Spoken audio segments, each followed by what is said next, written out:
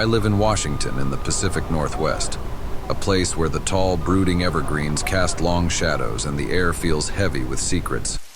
At 29, I worked closing shifts at a lonely diner by the highway, the kind of place where the hum of the fluorescents and the occasional clink of a coffee cup were the only sounds after midnight. We closed at 2 a.m., an unsettlingly late hour for such a desolate stretch of road. Even then, we usually had a straggler or two lingering in the diner's muted glow. Having moved here from the south, I found the quiet reserve of the locals disconcerting. Back home, customers filled the air with chatter, but here, the stillness could be unnerving. People kept to themselves, friendly enough but distant, as if the forest's watchful silence had seeped into them. It was a night like any other, or so I thought. By 1:50 a.m., it was just me and the chef left in the diner, the hum of the fryer long gone cold. That's when he walked in, a lone man, heavy-set, wearing jeans that hit too high on his waist, a gray shirt tucked into a brown jacket. He had a brown mustache, glasses, and a smile that didn't quite reach his eyes. "Table or bar?" I asked, forcing my own smile. "Table," he replied, his grin widening. I handed him a menu and informed him the kitchen was closing in 10 minutes. He barely glanced at it before ordering black coffee and French toast. He introduced himself as Nolan, his voice warm, but something about the way his gaze lingered made my skin prickle. I passed the order to the chef, who grumbled about the late request, and stepped back out to find Nolan waiting for me. He struck up small talk, unusual for these parts at this hour. He asked where I was from, complaining about the potholes in the area. When I vaguely mentioned being from the region, he pressed for specifics. I deflected, used to handling overly curious strangers from my time in the South. Something about his demeanor felt off, though. Harmless maybe, but still unsettling. The chef eventually brought out Nolan's food, and I busied myself cleaning up, staying behind the counter to avoid more conversation. When he finished eating, I left his check on the table without him asking. A polite but firm signal we were closing. Nolan paid, thanked me, and left.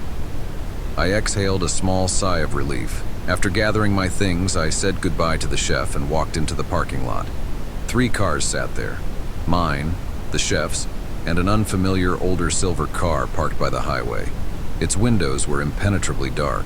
Was it Nolan's? I couldn't shake the feeling that someone might be watching. I climbed into my car and started the drive home, the highway stretching endlessly before me. 10 minutes in, a chime from my dashboard startled me, the tire pressure warning. My rear passenger tire was losing air fast, at 20 psi, then 10. Soon the car was shaking so violently I had no choice but to pull over. The night swallowed me as I stepped out to inspect the damage. The tire was shredded and dread crept up my spine.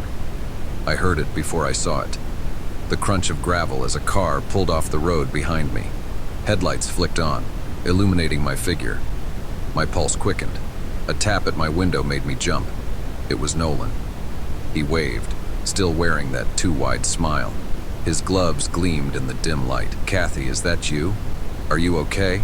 he asked, as if this was all some uncanny coincidence. My stomach twisted into knots. I rolled the window down just an inch, my voice steady despite the fear clawing at my chest.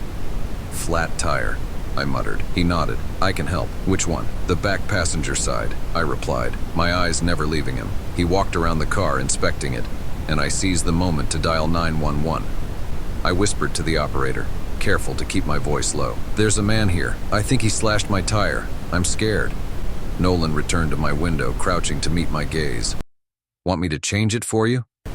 His smile was gone now, replaced by something colder, sharper. "No, thanks. My boyfriend's on his way." The lie hung in the air, but he didn't move. His eyes bored into mine before he stood and disappeared into the shadows. Then, a deafening crash shattered the night. The driver's side window exploded inward, showering me in glass. I screamed as Nolan reached inside. My phone was in his hand before I could react. He hurled it into the darkness, his movements frantic. Then he sprinted to his car and sped off, his tires screeching as he disappeared into the void. The silence that followed was suffocating.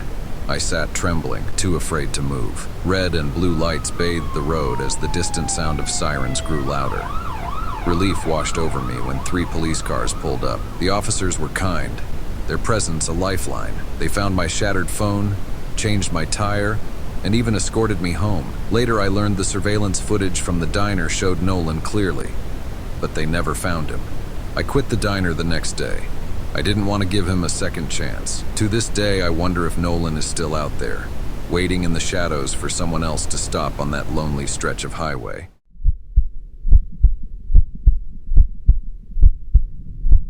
I'm a 15-year-old guy working at an amusement park in upstate New York.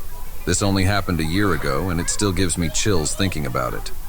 It was a crisp October Sunday, one of the last few days the park would be open until it closed until May. It seemed like just another normal day at work. Boy, was I wrong. After checking in and working at my station for about 5 hours, I looked at my watch. 4:55 p.m. was the time my shift ended in 5 minutes. I felt relieved and exhausted as I began packing up my things. A man with a scraggly beard and messy hair approached me. He was wearing a gray t-shirt with a few stains on it and black sweatpants covered in holes. I thought to myself, just need to get through this last one. Can I help you? I asked the man. He stared at me for a few seconds, and then he kept turning his head, as if someone were following him. I was starting to get a little creeped out, sir. Can I help you? I repeated my questions, starting to sound a little annoyed. He looked at me for a couple seconds and finally responded, saying with a stutter, "Where are your bathrooms?" He said this in a whisper tone of voice up the hill to the right. I responded cheerfully. The man started to walk in that direction. As he did, he kept turning and looking at me. I avoided eye contact, even though I was more freaked out than ever. Next thing I knew, one of my co-workers came to take my spot. I grabbed my things, practically sprinted through the park to the back room to punch out of my shift, and then to the bathroom. I changed out of my work clothes and headed to the employee parking lot. I sat on a bench and waited for my co-worker, Jordan, who was 17, to pick me up. After waiting for what seemed like hours, Jordan finally picked me up before going home. We went to the local diner to eat some cheeseburgers for dinner. While eating in the diner, I noticed something odd. The same man who I helped find the bathrooms at the park was at the diner, sitting a couple tables down, staring right at me. My heart skipped a beat. I told Jordan about it and he just shrugged it off, probably just a coincidence. "Ben, don't worry." "Yeah," I said, even though I was pretty concerned. After dinner, we got back in the car and started the 35-minute drive back home.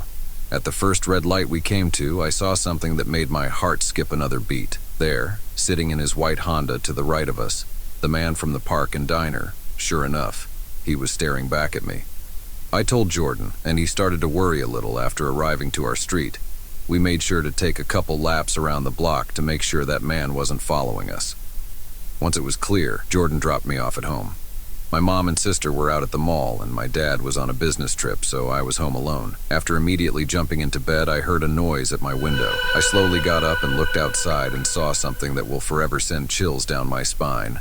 Right there on my front lawn was the man looking right at my window, smiling. I immediately grabbed my phone and called 911, but once the police arrived, the man was gone.